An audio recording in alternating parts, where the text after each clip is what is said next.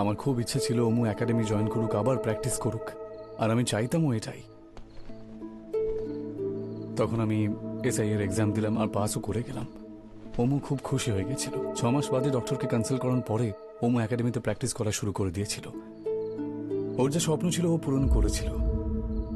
Under 11 চ্যাম্পিয়নশিপের final অবধি ও গিয়েও ছিল। ওকে খেলতে দেখার জন্য আমরা সবাই গিয়েছিলাম।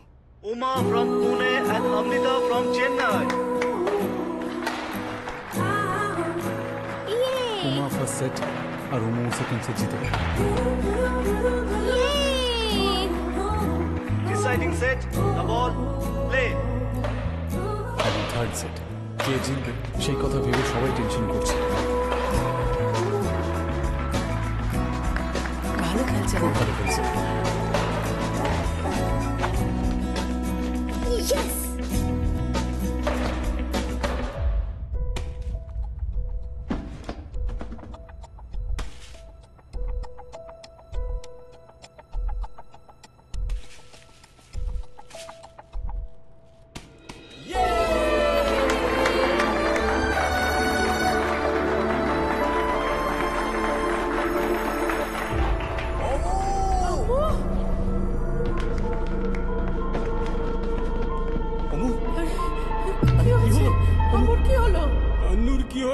আম্মু ওমু আম্মু ওমু কি হলো?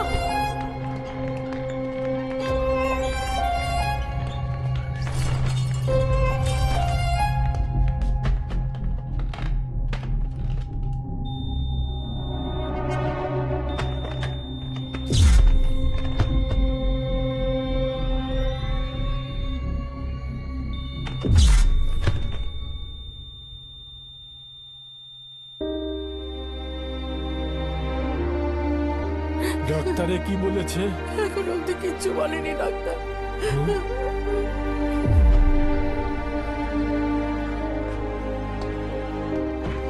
ডাক্তার ডাক্তার কেমন আছে?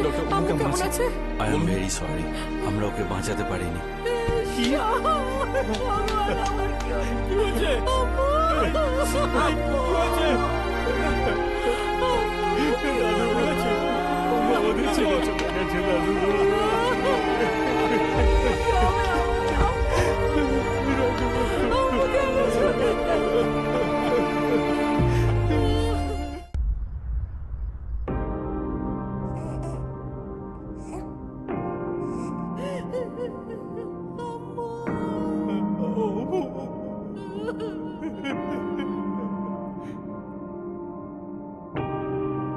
এবার তো ঠিক আছে দাদা। দাদু তুমি একদম নড়তে পারবে না, ঠিক আছে?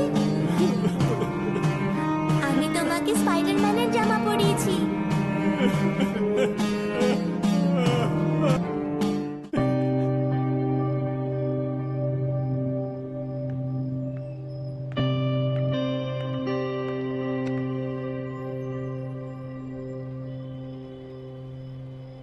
ওমুকে ছাড়া ওই বাড়িতে থাকাটা খুবই কঠিন হয়ে উঠেছিল। সব জায়গায় ওর স্মৃতি ছিল। মা আর দাদু তো গ্রামে চলে গিয়েছিল, আর আমি এসআই ট্রেনিং এর জন্য বেরোচ্ছিলাম।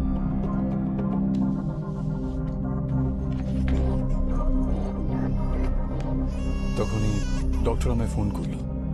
হ্যালো ডক্টর, আপনার আমার সাথে কিছু আর্জেন্ট কথা ছিল। আমার কথাগুলো শোনার পর আপনার কেমন লাগবে আমি জানি না, কিন্তু আমাকে বিশ্বাস করতে পারো। ডক্টর, আমি আপনাকে বিশ্বাস করি। কি হয়েছে বলুন। শোনো, আম্মুর মৃত্যুর কারণ কিন্তু হার্ট অ্যাটাক নয়, একটা অনেক বড় ভুল হয়ে গেছে। ভুল? এটা আপনি কি বলছেন ডক্টর? পেসমেকার পেশেন্ট মারা গেলে আমরা বডি এমনি দিয়ে দিই না, কারণ বডি যখন জ্বালানো হয় পেসমেকার ফেটে যাওয়ার চান্স থাকে। তাই আমরা পেসমেকার বের করে বডি হ্যান্ডওভার করি। আম্মুকে যে পেসমেকার লাগানো হয়েছিল আমরা ওটা বের করে বডি দিয়েছিলাম। যখন আমরা পেসমেকার বের করে টেস্ট করি তখন আমরা জানতে পারি ওতে চার্জ ছিল না আর ওটা এক্সপায়ার করে গেছিল। তার মানে ওমুর মৃত্যুর কারণ এটা? আমার তো তাই মনে হয়। এটা কি করে সম্ভব? ওমুকে তো আমরা নতুন পেসমেকার বসিয়েছিলাম, ব্যাটারির 5 বছরের ওয়ারেন্টিও ছিল। ওটা এক্সপায়ার হওয়ার 6 মাস আগে চেঞ্জ করে নতুন পেসমেকার বসানো যাবে এমনটাও বলেছিল। ওয়ারেন্টি পিরিয়ডের তো এখনো 3 বছর আছে। যে পেসমেকার বানিয়েছে তাকে আপনি জিজ্ঞাসা আমি করেছেন? চেষ্টা করেছিলাম কিন্তু ওনার ফোন লাগেনি। আর উনি অফিসও খালি করে দিয়েছেন, তাই আমার সন্দেহ হচ্ছে। ওদের এত সহজে ছাড়বো না ডক্টর, পুলিশে কমপ্লেন করা উচিত। ওরা তো শুধু সাপ্লায়ার্স, কিন্তু পেসমেকার ম্যানুফ্যাকচারার ইন্টারন্যাশনাল কোম্পানি। আমরা ওদের বারকোড স্ক্যান করে মেল করেছি। আমি ওদের উত্তরের অপেক্ষা করছি। আমার বোনটা কোনো কারণ ছাড়াই মারা গেছে ডক্টর, ওদেরকে আমরা এভাবে ছাড়বো না ডক্টর। প্লিজ পুগাস, একটু ধৈর্য ধরো। ভুলটা কোথায় হয়েছে সেটা জানতে হবে। Please come. অমুকে যে পেসমেকার বসিয়েছিল, ওই ইলেকট্রনিক্স কোম্পানি থেকে ডাক্তারের কাছে রিপ্লাই এলো। অমুকে যে পেসমেকার বসিয়েছিল তা মুম্বাইতে নরেশ গুপ্তাকে সাপ্লাই করা হয়েছিল। ওই ব্যাপারে ওই কোম্পানি থেকে সমস্ত ডিটেলে এসে গেছিল। ডক্টর যখন নরেশ গুপ্তার সঙ্গে কথা বলে, তখন আমাদের সামনে একটা ভয়ঙ্কর সত্যি উঠে এসেছিল। হ্যালো, হ্যালো, আমি কি মিস্টার নরেশ গুপ্তার সাথে কথা বলতে পারি? সরি, উনি বেঁচে নেন। 2 বছর আগে উনি মারা গেছেন। ওনার যে পেসমেকার বসানো হয়েছিল সেটার কি হলো? ওনার পেসমেকারের 5 বছরের ওয়ারেন্টি ছিল।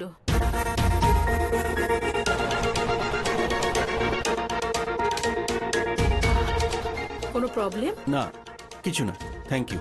ওকে, থ্যাংক ইউ। কি হয়েছে ডক্টর? আমার মতো পেসমেকার একজন জাজকে লাগানো হয়েছিল, কিন্তু ওই জাজ 2 বছর আগে মারা গেছেন।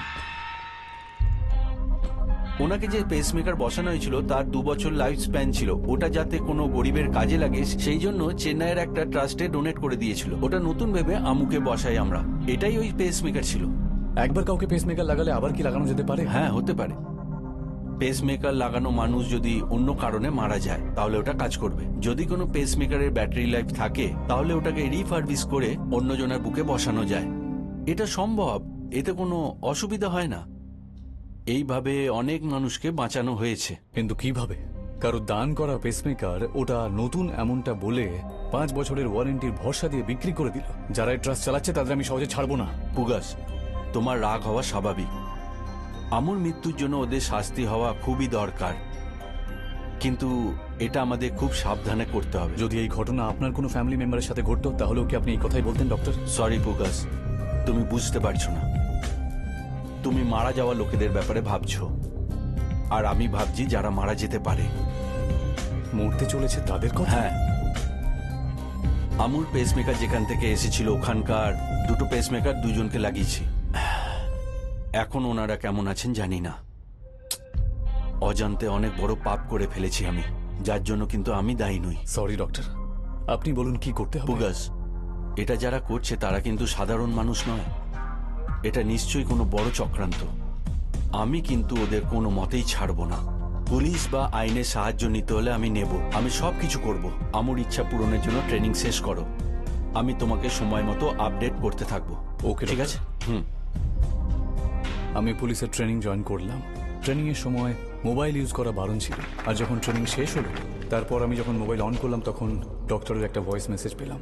পুগাস, তোমার ট্রেনিং জয়েন করার দিনই আমি ইন্সপেক্টর রত্নামকে সব ঘটনা জানিয়ে দিয়েছি। কাউকে কিন্তু ছাড়বেন না স্যার, প্লিজ। এর জন্য আমার 24 ঘন্টা সময় চাই। নিশ্চয়ই স্যার। পরের দিনই ইন্সপেক্টর রত্নাম ডাক্তারের সাথে ওনার বাড়িতে গিয়ে দেখা করে। তারপর বলে যে পেসমেকার ওই ট্রাস্ট দান হিসেবে দিয়েছিল ওটা ওখান থেকে হারিয়ে গিয়েছিল। তার কমপ্লেনের এফআইআর কপি উনি ডক্টরকে দেখান আর বলেন যে ট্রাস্টের কোনো দোষ নেই। অন্যায় যেই করুক না কেন তার শাস্তি পাওয়া উচিত স্যার। আর একটা কথা, ওই রকম পেসমেকার লাগানো আরো 2জনকে আমাদের বাঁচাতে হবে। এই কথাটা আমি অল ইন্ডিয়া মেডিকেল কাউন্সিলে নিয়ে যাব, আর সরকারের কাছ থেকে ন্যায়ের বিচার চাইব। আপনি আপনার ডিউটি করুন, কিন্তু আমাদের এই ব্যাপারটা নিয়ে কয়েকজনের উপর সন্দেহ আছে। যখন তাদেরকে জিজ্ঞেস করা হবে তখন আপনি সাথে থাকলে ভালো হবে। ঠিক আছে স্যার, আপনি যখনই ডাকবেন আমি চলে আসবো স্যার। এদের কিন্তু শাস্তি দিতেই হবে। নিশ্চয়ই। পরের দিনই রত্নাম ডক্টরকে একটা ফটো পাঠালো আর জানতে চাইলো যে এই সেই পেসমেকার সাপ্লায়ার কিনা। ডক্টরও কনফার্ম করলো যে এই সেই। রত্নাম ডক্টরকে একটা জায়গায় ডাকলো, আর পরের দিনই যখন আমি নিউজ পেপারে ডক্টর রাজকুমারের মৃত্যুর খবরটা দেখলাম আমি অবাক হয়ে যাই। আমার ইন্সপেক্টর রত্নামের উপর সন্দেহ হলো।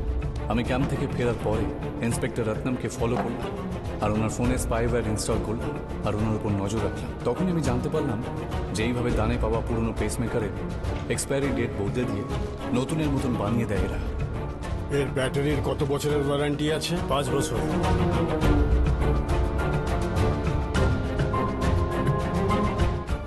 কাল ডক্টর রামকুমারের রহস্যময়ভাবে মৃত্যু হয়েছে। উনি 56 বছরের ছিলেন আর ওনার মৃত্যুর কারণ এখনো জানা যায়নি।